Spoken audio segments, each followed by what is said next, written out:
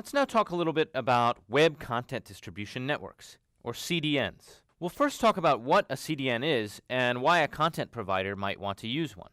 We'll then talk about how server selection works in CDNs and how clients get redirected to the right server.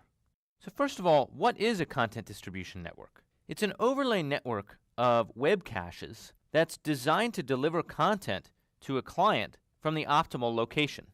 Now, in many cases, optimal means geographically closest, but sometimes optimal is not the geographically closest cache, and we'll see some examples of when that's the case. CDNs are made of distinct, geographically disparate groups of servers, where each group can serve all the content on the CDN.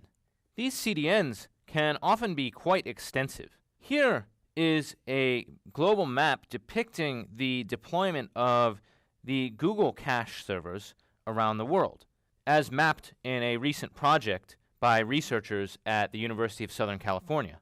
As you can see, these web caches can be quite extensive, and in many cases there's a concerted effort to place caches as close as possible to users.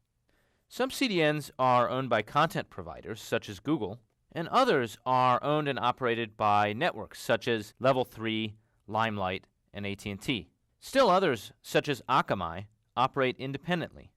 Non-network CDNs, such as Akamai and Google, can typically place servers in other autonomous systems or ISPs. The number of cache nodes in a large content distribution network can vary. For example, in the Google network, the USC researchers found that there were about 30,000 unique front-end cache nodes.